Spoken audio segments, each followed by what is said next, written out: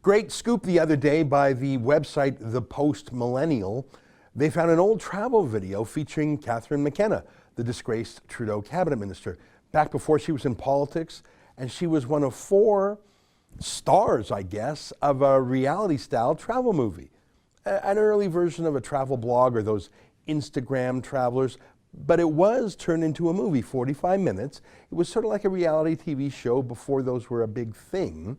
McKenna and 3 young men traveled together, lived in tents together, really spent every waking and sleeping moment together for 60 days as they went through Indonesia. That's a quirky arrangement, don't you think? But let's put that aside for now. The Post Millennial clipped a few moments from the video, and obviously it got under McKenna's skin because she responded publicly this way. She said, "Conservatives seem to think a 25-year-old documentary that ran on Discovery's Travel Channel for years is a gotcha moment. So here it is, watch for yourself, then back to this century so we can keep helping people through COVID-19 and build a better Canada." Well, I'm actually glad she tweeted that because I hadn't seen the original video. I couldn't find it. I just saw the clips that the Post Millennial had published. So I did what McKenna said, and I did watch the whole thing. And it's pretty bad. Here, I'll take you through some of it now. As I mentioned, McKenna and 3 young men went hiking through Indonesia for 2 months. Better known for its political and social unrest than its surf and sand, Indonesia is one of the most diverse and exciting countries to travel. With the prospect of fun and adventure, our group of 4 set out to travel from Jakarta to Flores in 60 days, covering a span of 1,500 miles through some of the most remote regions in southern Indonesia. And here's our star. Catherine was the diplomat and the bravest one in the group. But how she managed to keep her sanity with 3 other guys, we'll never know. Let me tell you, it's torture being beside Bill, though. I should mention that in the credits rolling at the end of the film, McKenna is listed as a producer, so she helped shape the message. I mean, she lived it, obviously, she was one of the stars, but what she published, what they broadcast, had her approval. This is her message. Take a look. All right, lots of it was boring. Shots of McKenna sleeping on buses is not riveting TV, but pretty soon it got a bit too exciting. It even got criminal. Here, watch this. We picked up a hitchhiker named Bimo who invited us to a Balinese cockfight. We jumped at the opportunity. This was going to be an adventure. And just do. It's meant to do like this. It won't see the cockfighting. Ah, so secret code. Yeah. Ah. Before we entered the fight, Bimo explained that everyone who watched had to donate 5,000 Indonesian rupiah, or $3 as a bribe to the police. Apparently the police would show up and threaten arrest if they didn't receive any money. So to be clear, cockfighting is a crime. It's pitting 2 animals against each other to the death. It's the kind of thing that Michael Vick did to dogs, the disgraced NFL quarterback who forced his own pets to fight and injure each other. He also did extremely cruel things like drowning his pets alive. He's sick. People who abuse animals are sick. They often go on to abuse people. So that's what's going on here, except that these local peasants were actually affixing blades to the claws of these birds. I mean, birds can hurt each other naturally. Birds do fight with each other in nature. But these men wanted it more violent, more painful, and they insisted the fight be to the death. So they attached these blades to these birds to wound and hurt each other, and they forced the fight to go on till one animal died. It was illegal. So they collected money to pay bribes to any police who happened to come by, and Catherine McKenna paid those bribes. This wasn't something she hid. They boasted about this in the documentary. It was aired on TV, and McKenna, presumably, as a producer, got paid for this. So they filmed illegal animal cruelty. They filmed an illegal cockfight. They filmed themselves not only breaking that law, but putting together money to break another law, bribing the police. And that shocking footage was so salacious, it was bought by the Discovery Channel, apparently. They paid for that, and McKenna made money off it. Here's some more.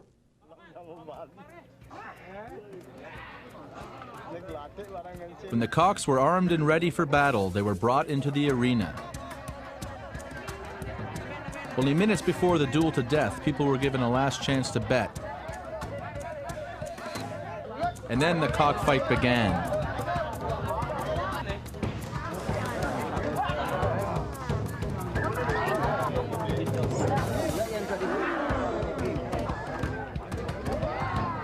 As luck would have it, BMO's cock won, and I was a few dollars richer. And in tradition, the winner of the fight brought home the loser for dinner. It's fun. Yeah, it's fun. The loser. The loser, the winner. BMO's family would be eating well that night. I suppose Indonesia is a cruel place, but you don't have to engage in it. You don't have to subsidize it. You don't have to romanticize it, worsen it with such joy. Here's another scene where McKenna is eating dogs. I found out one of the most popular dishes in Flores was dog. Guess what we had for lunch? Now, I don't know how the dogs were killed for her meal. Were the dogs killed Michael Vick style? I don't know. Maybe they were killed painlessly. I have no idea. I understand that some places in the world eat dogs, just like some places eat rabbits, some places eat horses. But would you eat a dog? I mean, would you? Don't just think of the question, think of your answer. If you were literally starving, you probably would. But what if you were just on a vacation for kicks? Would you eat a dog? Catherine McKenna did. Oh, did I call her McKennel? I meant McKenna. McKennel talks about dogs a lot. I wonder if she's ever had any regret over eating a dog. I wonder what kind of dog she ate. Here's a tweet by her. If only dogs could vote, a total liberal. Yeah, I don't think so, Catherine. Dogs for Catherine. Yeah, I know one dog that wouldn't be. I don't know about you, but dog content is some of my favorite content. Yeah, what was the dog content of your last meal? That's what I want to know, McKennel. My awesome seat companion, Brady, a gorgeous Golden Lab guide dog. Awesome, gorgeous. Just don't say delicious, you creep. I guess once you've paid to watch an illegal cockfight, where abusing animals is literally the whole point of it, merely eating a boiled dog might not seem so bad.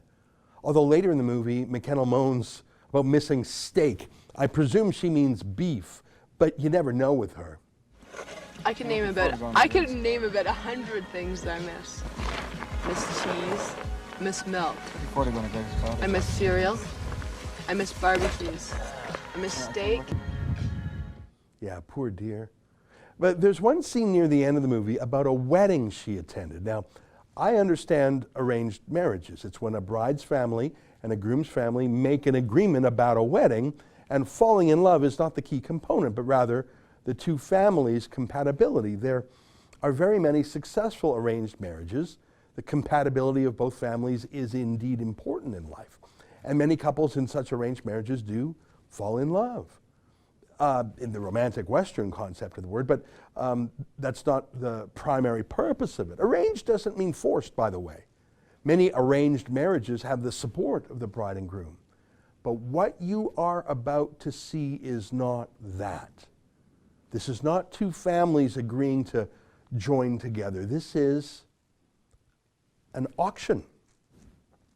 This is the sale of a woman, not two families merging. It's a young woman put up for sale to the highest bidder. Men bid for her. We don't know her age. She might be a teenager. It's hard to tell. Both families do seem supportive, so the documentary claims. But they say the brutal fact of it, she was bought and sold. She was traded for a few animals and some cash. She was sold like property. We have a word for that. Trafficked. She was subject to human trafficking. Take a look. Looks like a traditional wedding feast here. Should be good. I think I've taken a little too much though. The bride price was 3 buffaloes and 4.5 million rupees. And we're eating 2 of the buffaloes tonight. I've heard of dowries before. It's like a pre-inheritance, but I don't think that's what this was. You heard them. It was whoever paid the most got the woman for himself. That's not an arranged marriage with a dowry. That's not consent. That is a woman for sale.